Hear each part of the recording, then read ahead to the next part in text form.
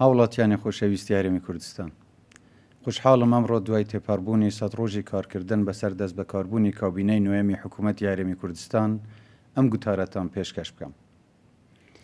لە ڕۆژی سوێند خواردنی کابینەکەمان لە پەرلەمان ئاماژەم بەوە کرد کە ئەرکێکی سەختمان لە ئەستۆ گرتووە، بەڵام وتمان کە پشت بەخوا و متمانەی هاوڵاتیان دەتوانین بەسەر سەختیەکاندا زاڵ ببین و ئەم قۆناغە تێپەڕێنین. خوشحاڵم کە ئەمڕۆ لێرەدا ڕابگەینم کە بە بڕوای ئێمە قۆناغی باشمان بڕیوە و ڕەوتی کارەکانمان کەوتوتە سەر ڕاستەڕێ و دەستکەوتی بەرچاو بەتی هاتوون. من پێشتریش باسم کردووە کە ئێمە حکوومەتێکمان دەوێت خزمەتی خەڵکی هەرێمی کوردستان بکات. ئێمە پابەندبوونی خۆمان دووپات دەکەینەوە بۆ بنیادنانی کوردستانێکی بەهێزتر و حکوومەتێک کە خزمەتی خەڵک بکات نەک بە پێچەوانەوە. ئەمەش بنەمای کارکردنمان بووە لە ڕۆژی دەست بە کاربوونمانەوە. ئێمە هەرچی لە توانەماندا بێت دەیکەین بۆ خزمەتکردنی خەڵکی هەرێمی کوردستان و دەشزانم هاوڵاتیان چاوەڕوانی زیاتریان لە حکوومەت یاریمی کوردستان هەیە.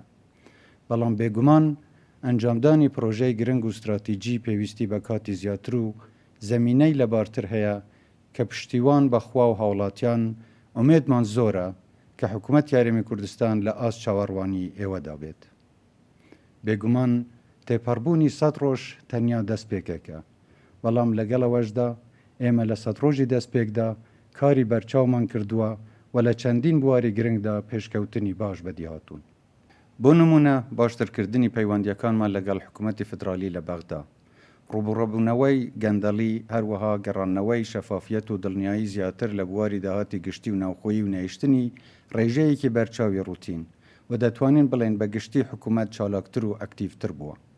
دەتوانم بە دڵنیاییەوە بڵێم کە ئێستا کوردستان بەهێزتر و سەقامگیرترە و حکوومەتیش شەفافترە. ئێمە هیوادارین کە بە بەردەوامبوون لەم پلان و ڕێکارانەی کە گرتومانەتە بەر لە چەند ساڵی داهاتوودا دەستکەوتی زۆر گەورەتر بەدەست بهێنین. هاوڵاتیانی بەڕێز، بەر لە هەموو شتێک هەر حکوومەتێک بیاوێت خزمەتی خەڵک بکات پێویستە حکوومەتێکی ڕوون و شەفاف بێت. لەبارەی داهاتی دام و دەستگاکانی حکوومەتی هەرێمی کوردستانەوە لە سەرەتای کاری ئەم کابینەوە بڕیاردرا بە کۆکردنەوەی گشت داهاتەکان لە وەزارەتی دارایی و ئابووری بە جۆرێک کە بزانرێت داهاتی حکوومەتی هەرێم چەندە، هەروەها بۆ خەرجە پێویستیەکانیش بەرچاومان ڕوون بێت. لەسەر ئەم بنەمایە پلانمان داناوە بۆ زیاترکردنی داهاتی ناوخۆ و کەمکردنەوەی خەرجی بە پێی پێویستی. ئەم ڕێکارانەش هاوتەریب بوون لەگەڵ ڕەچاوکردنی پێداویستی دارایی وەزارەت و فەرمانگەکان. تا ئێستا توانیمانە داهاتی ناوخۆمان زیاد بکەین و کار دەکەین بۆ ئەوەی تا کۆتایی ئەم ساڵ داهاتی ناوخۆ بە ڕێژەی 50% زیاد بکەین. ئەمەش لە ڕێگەی ڕێخستنەوە و دانانی سیستمێکی هاوسەنگی باج کە ئامانجی خزمەتکردنی بەرژەوەندی گشتی بێت و بتوانێت داهات بۆ خزمەت گوزاریە گشتیەکان دابین بکات. ئێستا سەرقاڵی ڕێخستنەوەی باجین لە هەرێم. ئەنجومەنی وەزیران هەموو ئەو ڕێکارانەی ڕاگرتووە کە ببوونە هۆی ئەوەی هەندێک کەس و کۆمپانیا بە شێوەیەکی نایاسایی لە باجدان ببەخشرێن. ئێستا خەرجیەکانی حکوومەتیش زیاتر بە دوواداچوونیان بۆ دەکرێت و لە ڕێگەی دامەزراندنی کۆنترۆلێکی ناوەندیەوە چاودێریەکی وردی خەرجە گشتیەکان دەکەین بۆ ئەوەی دڵنیابین کە داهاتی گشتی بە فیرۆ نادرێت و خەرجە گشتیەکانیش بە پێی پێداویستیە لە پێشینەکان بێت. هەر پەیوەست بە داهاتە گشتیەکانی حکوومەتەوە پروسەیەکی شەفافمان گرتوتە بەر، بەتایبەت لە بواری داهاتی سامانە سروشتیەکان. بە شێوەیەکی بەردەوام داتا و زانیاریەکانمان خستوتە ڕۆ. ئێستا گشت هاوڵاتیان دەتوانن بزانن کە داهاتی نەوت و داهاتە ناوخۆیەکانمان چەندە و لە چ بوارێکدا خەرج دەکرێت. هاوڵاتیانی بەڕێز، لە بابەتی پەیوەندیدار بە گەندەڵیەوە کەشێکی لە بارمان هێنەوەتە ئاراوە کە چیتر گەندەڵی تێدا گەشە ناکات.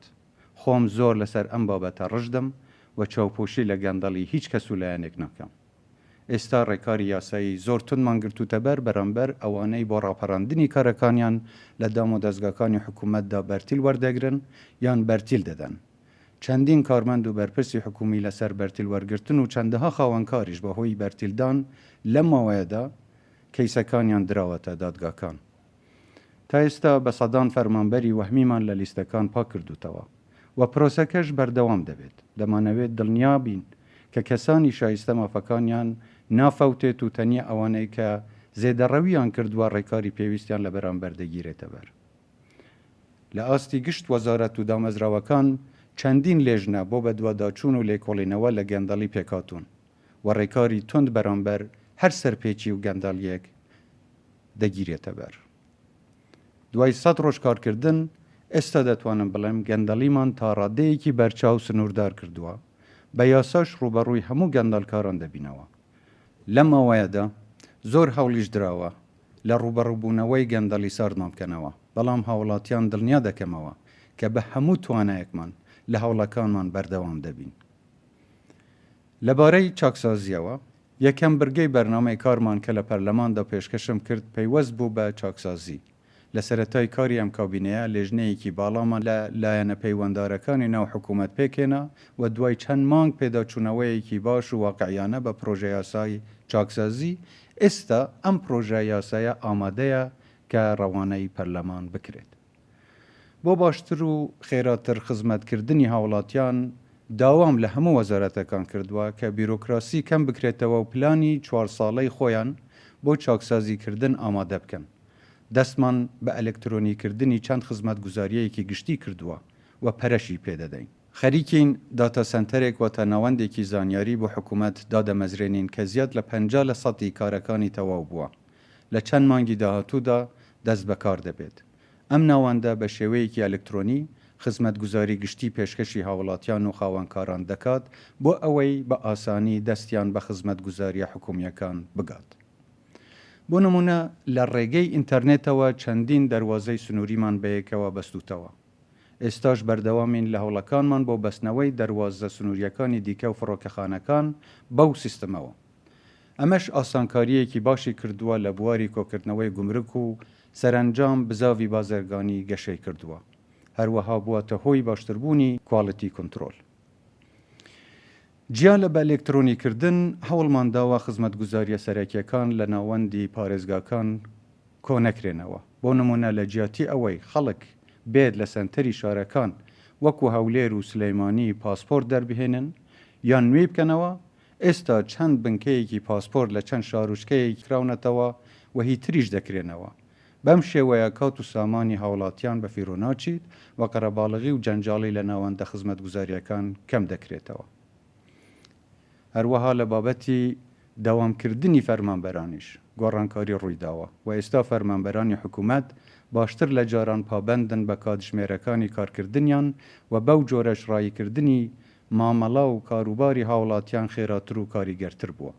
ئێستا کاردانەوەی باشی هاوڵاتیانمان پێدەگاتەوە کە نەمانی ڕوتین و خێرایی ڕایکردنی مامەڵەکانیان لە زۆر دام و دەستگادا جێگای خوشحاڵیان بووە.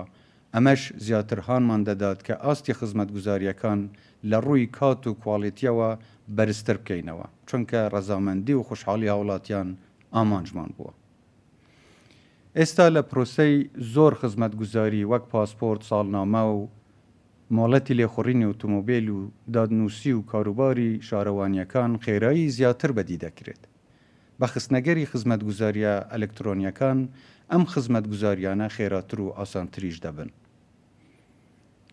دەربارەی پەیوەندی لەگەڵ حکوومەتی فدرالی یەکێک لە ئەرکە لە پێشینەکانی کابینەی نوێمی حکوومەتی یاریمی کوردستان بەهێزکردن و باشترکردنی پەیوەندیەکانمانە لەگەڵ حکوومەتی فدرالی لە بەغدا. لە دوای یەکەم کۆبوونەوەی ئەنجومەنی وەزیران سەردانی بەغدامان کرد بۆ ئەوەی نیازپاکیمان بۆ گەیشتن بە ڕێکەوتنێکی دادپەروەرانە لە چوارچێوەی دەستوردا بۆ بەغدا دووبارە بکەینەوە. باشترکردنی پەیوەندیەکانمان لەگەڵ بەغدا کاریگەریەکی ئەرێنی لە سەرژیانی ڕۆژانەی خەڵکی هەرێمی کوردستان دەبێت و لە بەرژەوەندی هەموو هاوڵاتیانی عێراقیشە. بەرژەوەندی هەرێمیش لەوەدایە کە دۆخی عێراق ئارام و جێگیر بێت. ئێمە ئامانجمان ئەوەیە ڕێکەوتنێکی هەمەلایانەی گشتگیر لەگەڵ حکوومەتی عێراق بکەین کە لە بەرژەوەندی هەمووماندا بێت. لێرەدا خوشحاڵم کە ڕای بگەینم پێشکەوتنێکی باش لە گفتوگۆکانمان بەدی هاتووە و لەسەر 4 تەوەر دانوستانەکان بەردەوامن. یەکەم، دۆزینەوەی فۆرمولەیەک کە دادپەروەرانە بێت بۆ بابەتی بەشی هەرێمی کوردستان لە بودجێ عێراق. دوام، بە پێی دەستوری عێراق دەستهەڵات و مافەکانی هەرێمی کوردستان تایبەت بە پرسی نەوت و گاز پارێزراو بن. سێەم، کێشەی ناوچە دابڕێنراوەکان لە هەرێمی کوردستان بە پێی دەستور چارەسەر بکرێن. چوارەم، هێزی پێشمەرگی کوردستان بەشێک بێت لە سیستمی بەرگری عێراق و مافە دەستوریەکانی پارێزراو بێت. حکوومەتی فدرالی نیگەرانیەکانی ئێمەی وەرگرتووە و ئێستا بەیەکەوە گفتوگۆ لەسەر چارەسەریەکان دەکەین. بۆ نمونە بوو یەکەم جارە حکوومەت یاریمی کوردستان لە داڕشتنی ڕەشنووسی پرۆژەی بودجەی ساڵانەی عێراق دەکات و هەنگاوی باشمان لەگەڵ وەزارەتی دارایی عێراق بڕیوە بۆ جێگیرکردنی ماف و شایستەداریەکانی هەرێمی کوردستان لە بودجەی 2020دا. ئێمە ئێستا بەشێکمان لە بودجە پێدەگات. نەوتی کەرکووکیش بە هاوبەشی هەناردە دەکەین. سیاسەتە گومریکیەکانیشمان هاوتا کردووە. بێگومان چارەسەرکردنی پرسی مافە دەستوریەکانی هەرێمی کوردستان لە بودجەی فدرالی زۆر یارمەتیمان دەدات بۆ ئەنجامدانی پرۆژەی زیاتر کە لە بەرژەوەندی هەرێمی کوردستان و تەواوی هاوڵاتیانی عێراق بێت. لێرەدا هاوڵاتیانی خۆشەویست دڵنیا دەکەینەوە کە هەموو هەوڵێکمان دەخەینەگەر تاکو بگەین بە ڕێکەوتنێکی دادپەروەرانە و موچە و شایستەدارایەکانیان بە شێوەی مانگانە بە تەواوی بگات و جارێکی دیکە موچەی هاوڵاتیان پاشەکەوت نەکرێت. لە بواری جۆرە و جۆردا پێشڤەچوونی باش لە پەیوەندیەکانمان لەگەڵ بەغدا بەدی هاتوون. بۆ نمونە ئێستا وەزارەتی نەوخۆی عێراق کار ئاسانی بۆ پێدانی ڤیزا بۆ هاتنی بیانیەکان بۆ هەرێمی کوردستان دەکات.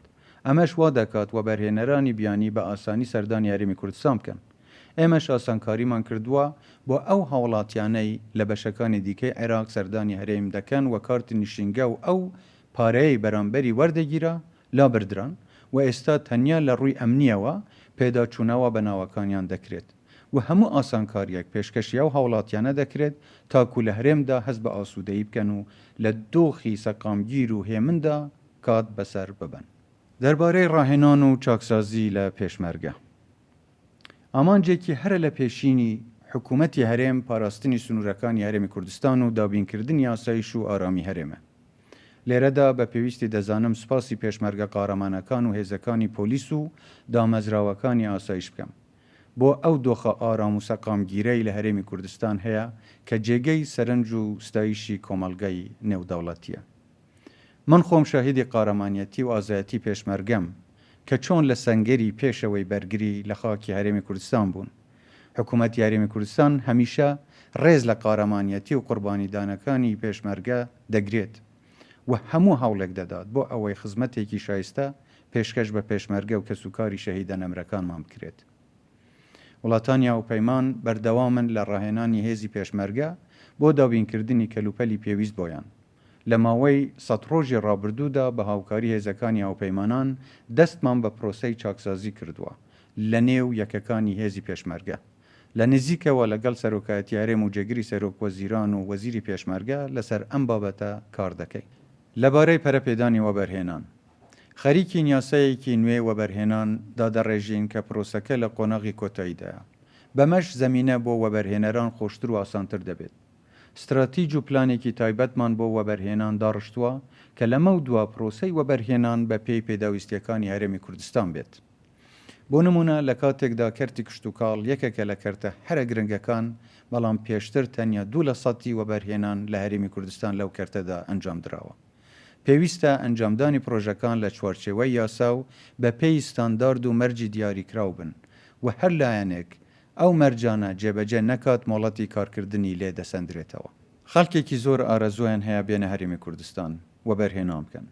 بۆیە ئێمە شاسانکاری پێویست بۆ هاتنی وەبەرهێنەرانی بیانی دەکەین و لە هەمان کاتیشدا هانی وەبەرهێنەرانی ناوخۆش دەدەین بۆ وەبەرهێنانی زیاتر. تا ئێستا چەندین کۆمپانیا و وەبەرهێنەری نوێ هاتوونە تا هەرێمی کوردستان کە کۆی وەبەرهێنانیان نزیک لە $9 ملیارد دەبێت لە گشت کەرتەکاندا. دڵنیاشین چەندین وەبەرهێنەری دیکەش ڕوو لە هەرێمی کوردستان دەکەن. لەبارەی پرۆسە کارگیری و یاساکانی وەبەرهێنان بە نیازین خزمەتگوزاریە ئەلکترۆنیەکان پەرە پێ بدەین و سیستەمی یەک پەنجەرەیی ڕەچاو بکەین تا پرۆسەی وەبەرهێنان خێراتر بێت. لە بواری پێشخستنی ژێرخانی ئابووریدا دوای ماوەیەک لە بەدواداچوون و پێداچوونەوە لە مانگی دەی ئەم ساڵدا ڕەزامەندیمان لەسەر خەرجکردنی 617 ملیارد دینارداوە بۆ ئەنجامدانی سەدان پرۆژەی خزمەتگوزاری لە سەرتاسەری هەرێمی کوردستان. لەوانەش بۆ پرد و ڕێگاوبانەکان و بەندا و دابینکردنی ئاوی خاوێن و یەکەی نیشتەجێبوون بۆ هاوڵاتیانی کەم دەرامەت و دروستکردنی فەرمانگەی حکومی. مەبلەغی ئاماژە پێکرا و بە شێوەیەکی مانگانە و بە قستی جیا و بە پێی توانای دارایی هەرێم بۆ پرۆژەکان خەرج دەکرێت. لە میانەی ئەو پرۆژانەش پرۆژەی 11 بەندا و هەروەها 3 سایلۆ لە پارێزگاکانی دهۆک و هەولێر و سلەیمانی شایەنی ئاماژە پێدانن، چونکە گرنگیەکی زۆریان بۆ ئاسایشی ئاو ئاسایشی خوراک لە هەرێم هەیە. هەروەها خەرجی پێویستمان بۆ دروستکردن و نۆژەنکردنەوەی چەندین نەخۆشخانە و بنکەی تەندروستی دابین کردووە. بە نرخێکی هەرزانیش سەدان یەکەی نیشتەجێبوونمان لە ناوچە جیاجیاکانی هەرێم بۆ هاوڵاتیانی کەم دەرامەت دەستەبەر کردووە. هەر لە سەرەتای دەست بە کاربوونی کابینەش 33 ملیارد دینارمان بۆ نوژەنکردنەوەی ڕێگاوبانەکان تەرخان کردووە. هاوڵاتیانی بەڕێز، هاوتەریب لەگەڵ ئەنجامدانی چاکسازی پێویستە کار لە گەشەپێدانی ئابووری هەرێمی کوردستانیش بکەین. ئابووری و داهاتی ئێمە تا ئێستا بەشی زۆری بەندە بە داهاتی نەوتەوە. بە شێوەیەکی زۆر پشت بە هەناردەکردنی نەوت بەسراوە و کەرتەکانی دیکە فەرامۆش کراون. بۆیە یەکێک لە کار و ئەرکی لە پێشینەمان هەمە جۆرکردنی ئابووری و سەرچاوەکانی داهاتە. ناوبێت چیتر تەنیا پشت بە یەک سەرچاوەی داهات ببەستین. دەمانەوێت لە هەرێمێکی بەکاربەرەوە ببین بە هەرێمێکی بەرهەمهێنەر. بۆ نمونە دەرفەتێکی گەورە هەیە بۆ وەبەرهێنان لە کەرتی کشتتوکاڵ و سوودوەرگرتن لەو کەرتە وەک یەکێک لە سەرچاوە سەرەکیەکانی داهاتمان. هەرێمی کوردستان دەکرێت ببێتە سەبەتەی خوراکی عێراق و تەنانەت ناوچەکەش. لەم ڕواوە دەرفەتێکی زۆر هەیە بۆ ئەوەی گەشەپێدان لە کەرتی کەشتتوکاڵ ئەنجام بدەین. هەروەها دەمانەوێت پشتگیری کەرتی پیشەسازیش بکەین و پێشی بخەین. بۆ ئەمە بەستەش کارمان لەسەر پێشخستن و بەهێزکردنی ژێرخانی هەرێمی کوردستان کردووە. هەروەک ئاماژەمان پێدا لە دروستکردن و چاکردنی پرد و ڕێگاوبانەکان و بەندا و سایلۆ و دۆزینەوەی بازار بۆ بەرهەمەکانمان. وەزارەتی کشتتوکاڵ و سەرچاوەکانی ئاو وەک پاڵپشتیەک بۆ جۆتیارانی هەرێم بابەتی گەڕانەوەی قەرزە کشتتوکاڵیەکانی کردوتە پرۆسەیەکی درێژخایەنتر و ئاسانتر تاکو فشاری دارایی بۆ سەر جوتیاران دروست نەکرێت. هەروەها پلانمان بۆ زیادکردنی بەرهەمی گەنم لە هەرێمی کوردستان هەیە. ڕێوشوێن و ڕێکاری پێویستمان گرتوتە بەر بۆ پاراستنی بەرهەمی ناوخۆی. ئێمە کار دەکەین بۆ هێنانە ئارایی زەمینەیەکی لەباری ئەوتۆ کە بەرهەمە ناوخۆیەکانمان بتوانن کێبڕکێ لەگەڵ بەرهەمی بیانیدا بکەن. لە کەرتی کشتتوکاڵدا تا ئێستا ڕەزامەندیمان لەسەر 30 پرۆژەی کشتتوکاڵی داوە و وەبەرهێنەرانی بیانیش ئارەزووی خۆیان نیشانداوە وەبەرهێنان لە بواری کشتتوکاڵیدا بکەن. لە دانیشتەکانماندا لەگەڵشاندا ئابووریە بیانیەکان هەمیشە جەختم لەسەر هاندانیان بۆ وەبەرهێنان لە بواری کشتتوکاڵ لە هەرێمدا کردووە. هاوڵاتیانی خۆشەویست، یەکێک لە ئامانجە سەرەکیەکانی ئێمە بنیادنانی دوا ڕۆژە بۆ خۆمان و نەوەکانمان. ئێستا ئێمە کار لەسەر ئەنجامدانی چەندین پرۆژە دەکەین بۆ بنیادنانی ژێرخانێکی بەهێز ئەو ژێرخانەی ڕۆژانە بەکاری دەهێنین. من دەزانم بۆ خەڵکی ئێمە تا ئێستاش کارەبا جێی نیگەرانی و ناڕازایی بووە کە پێداویستیەکی زۆر گرنگە بۆ هاوڵاتیان و خاوەنکاران و کۆمپانیەکانیش. بۆیە ئێمە هەموو هەوڵێک دەدەین بۆ باشترکردنی کەرتی کارەبا. ئێستا زیاتر گازی کوردستان بەکاردەهێنین بۆ بەرهەمهێنانی کارەبا. بەمەش ئێستا کەمتر پشت بە گازویلی دەرەکی دەبەسترێت. بەو جۆرەش ساڵانە نزیکە 1 ملیارد دلار لە تێچووی بەرهەمهێنانەکەی کەم دەبێتەوە. بەرهەمهێنان و دابەشکردنی بەکارهێنانی کارەبای هەرێم پێداچوونەوەی پێویستە و ئێستا ئێمە سەرقاڵی ئەو پرۆسەیەین و هەوڵ دەدەین کەمترین ڕێژەی کارەبا بەفێڕۆ بچێت. بێگومان هاوکاری هاوڵاتیان لەم بوارەدا زۆر کاریگەر دەبێت. بۆیە کۆمپانیەکان و نەوەندە بازرگانیەکان و هاوڵاتیانی خۆشەویستمان دەبێت ئەرکی خۆیان لە بەفێڕۆنەدانی کارەبا و گەڕانەوەی خەرجی بەکارهێنانی کارەبا لە ئەستۆ بگرن. پەیوەست بە دۆخی پەروەردەوە، من ئاگادارم قوتابخانەکانیشمان لە ڕەوشێکی باشدانین. سەردانی چەند قوتابخانەیەکم کردووە و دەزانم کێشە و گرفتی زۆریان هەیە و ژمارەیەکی زۆری قوتابیان لە یەک پۆلدا دەخوێنن و ڕۆژانە 3 شەفت دەوامیان تێدا دەکرێت. هەر بۆیەش بۆ کەمکردنەوەی ئەو بارگرانیە و باشترکردنی دۆخی قوتابخانەکانمان بودجەیەکی تایبەتمان تەرخان کردووە بۆ دروستکردنی قوتابخانەی نوێ و نۆژەنکردنەوەی ئەو قوتابخانانەی پێویستن. لە بواری چاکسازی لە کەرتی پەروەردەشدا لە ڕێگەی ئەلکترۆنیەوە قوتابخانە و قوتابی و مامۆستاکان بەیەکەوە دەبەستینەوە بۆ ئەوەی بە شێوەیەکی ڕوونتر پەیوەندیان بەیەکەوە هەبێت. داهاتووی منداڵەکانمان بە خوێندن و پەروەردەوە بەندە، بۆیە گرنگیەکی تایبەتی پێدەدەین. چاوەڕوانیمان خاوەنکار و کۆمپانیا خۆماڵیەکان هەیە کە هاوکاری زیاتری کەرتی پەروەردە بکەن و لە هەڵمەتی دروستکردنی قوتابخانە لە سەرانسەری هەرێم بەشدار بن. هاوڵاتیانی بەڕێز، بۆ ڕێزگرتن لە قوربانیدانی پێشمەرگە و کەسوکاری شەهیدەکانمان ڕەزامەندیمان لەسەر خەرشکردنی هاوکاریەیەک داوە بۆ خانەوادەی سەربەرزی شەهیدانی شەڕی دژ بە تێروریستانی داعش. هەروەها بەردەوام دەبین لە پشتیوانیکردنی پێشمەرگە قارەمانەکان و هێزەکانی ئاسایش و خانەوادەی سەربەرزی شەهیدان و بریندارەکانمان. هەروەها بە پێی تواناش هاوکاری پێویست پێشکەشی ئەو کەسانە دەکەین کە خاوەن پێداویستی تایبەتن یان ئەوانەی شایستەی چاودێری کۆمەڵایەتین. حکوومەتی هەرێمی کوردستان ئێستا پشتیوانی دارایی پێشکەشی دەیان هەزار خاوەن پێداویستی تایبەت دەکات و لە دوهەنگاویشدا دوای پێداچوونەوە یارمەتی دارایی بۆ زیاتر لە 12,000 کەسی دیکە خاوەن پێداویستی تایبەت گەڕاندەوە و کاریش دەکەین بۆ ئەوەی ئەو یارمەتیە تەنیا خەڵکی شایستە لی سوودمەند بن. هاوڵاتیانی بەڕێز، هەرچەندە لە 100 ڕۆژی کارکردنماندا دەستکەوتی باش بەدەساتوون، بەڵام هێشتا کاری زۆرمان لە پێشە. تا ئێستا دامودەستگاکانی حکوومەت لە ئاستی ویستی ئەمەدا چالاک و بەرهەمدار نین. دەکرێت زۆر کاراتر و بەرهەمدارتر توانە مرۆڤی و مادیەکانمان بەکار بهێنین. ئامانجمان کوردستانێکی بەهێزتر و سەقامگیرتر و گەشە سەندووترە. کوردستانێک کە پەیوەندیەکی هاوسەنگی ئاشتیانەی لەگەڵ دراوسێکان هەبێ و جێی متمانەی کۆمەڵگەی نێودەوڵەتیش بێت. خوازیارم بە پشتیوانی خۆی گەورە و ئێوەی بەڕێز بتوانین ئەم ئامانجە بەدی بهێنین. لە چەند ساڵی ڕابردوودا خەڵکی ئێمە دووچاری بارودۆخێکی زۆر سەخت بوونەتەوە و زۆر ئازایانەش بەرگەی ئەو ڕۆژە سەختانەیان گرت. بۆیە ئێمە لە کاتێکدا ڕێز و پێزانینی تایبەتمان هەیە بۆ ئەو قوربانیدان و ئارامگرتنەتان، پێمان وایە ئێوە شایانی ژیان و گوزەرانێکی باشترن. ئێوە شایستەی حکوومەتێکی کارا و چالاکن کە بتوانێت خزمەتێکی شایستەتان پێشکەش بکات. ئێمە هەموو هەوڵێک دەخەینەگەر بۆ خزمەتکردنی ئێوە.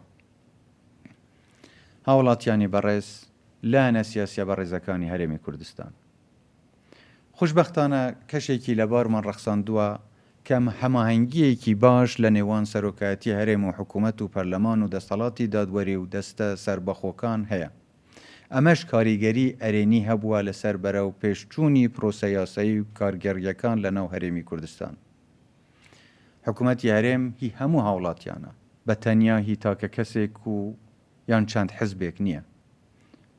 بۆیە چاوەڕوانین هەموو لایەنە سیاسیەکانی هەرێم لە بەهێزکردنی ئەم حکوومەتە پاڵپشتمان بن، لە کارە باشەکانمان هاندەرمان بن و هەڵەکانمان بۆ دەستنیشان بکەن. دۆخی ناوچەکە وا دەخوازێت کە هەمومان تەبا و یەکگرتوو بین. چەند جیاواز و بوچوونی جیامان هەبێت، پێویستە لە ئاست بەرژەوەندیە نیشتیمانیەکان یەکڕیز بین. لە جیاتی لەم پەرخستنە بەردەم یەکتری و دڵە ڕاوکێ و نیگەرانی دروستکردن بۆ هاوڵاتیان با وزە و توانەکانمان و کاتمان بۆ پێشخستنی نیشتیمان و خزمەتی هاوڵاتیان تەرخام بکەین. لە کۆتایی ئەم وتەیەمدا ڕای دەگەینم کە راپۆرتێکی وردی کار و دەستکەوتەکانی گشت وەزارەت و فەرمانگەکانی حکوومەت ئامادە کراوە کە لە ڕێگەی میدیاکانەوە دەخرێتە بەردیدەی هاوڵاتیانی خۆشەویست. سپاس بۆ خۆڕاگریتان، سپاس بۆ هاوکاریتان، هەر شاد و سەرفەراز بن، کوردستانیش هەر ئاوەدانتر و بەهێزتر بێت.